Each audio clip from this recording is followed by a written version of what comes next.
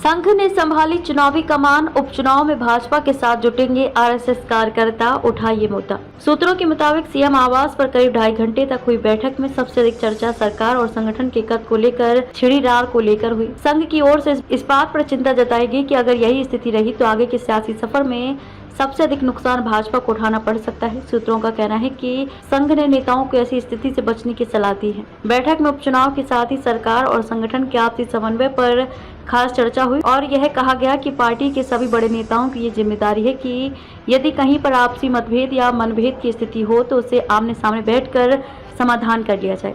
इससे पहले भाजपा के प्रदेश अध्यक्ष भूपेंद्र चौधरी और महामंत्री संगठन धर्मपाल रायबरेली रोड स्थित प्रकृति सदन भी गए थे, जहां पर क्षेत्र प्रचारक अनिल कुमार के साथ बैठक करके सीएम आवास पर होने वाली बैठक के संबंध में चर्चा की। बैठक में दोनों उप मुख्यमंत्री केशव प्रसाद मौर्य और ब्रजेश पाठक के अलावा भाजपा प्रदेश अध्यक्ष भूपेंद्र चौधरी, महामंत्री संगठन धर्मपाल, क्षेत्र प्रचारक पूर्वी अनिल कुमार और क्षेत्र प्रचारक पश्चिमी महेंद्र भी मौजूद रहे। मतदाता सूची संवाद व बूथ प्रबंधन पर फोकस। सूत्रों के मुताबिक बैठक में उपचुनाव की तैयारियों पर चर्चा हुई। खासतौर से बूथ प्रबंधन को और मजबूत करते हुए बुधवार छोटी छोटी बैठकें करके जनता के बीच लगातार संवाद करने की रणनीति पर भी चर्चा हुई। कहा गया कि विपक्ष द्वारा आरक्षण और संविधान को लेकर बनाए जा रहे नैरेटिव को खत्म करने के लिए लोगों के बीच सच्चाई रखने को कहा गया है। बैठक में ये भी तय किया गया है कि विपक्ष द्वारा फैलाए जा रहे पीडीए के भ्रमजाल को तोड़ने के लिए भी बूथवार हर समाज के लोगों को जोड़कर जनता के बीच सरकार और पार्टी के नजरिए को रखें। बैठक में ये भी तय किया गया है कि सदस्यता अभियान में पिछड़े और दलित समाज के लोगों को जोड़ा जाए।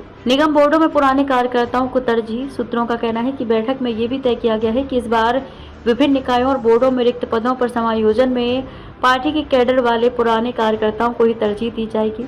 पिछले दिनों जिलों और क्षेत्रीय संगठन से जो नाम भेजे गए हैं उनमें से पार्टी के लिए वर्षों से जमीन पर काम करने वाले कार्यकर्ताओं और पदाधिकारियों को ही प्राथमिकता दिए जाने की बात हुई है। जो लोग दूसरे दलों से आए हैं उन्हें बाद में समायोजित किया जाए। कार्यकर्ताओं के असंतोष पर भी हुई चर्चा। बैठक में माना गया है कि जमीनी कार्यकर्ताओं के बीच पनपे असंतोष और उपेक्षा के कारण भी लोकसभा चुनाव में भाजपा को नुकसान उठाना पड़ा है।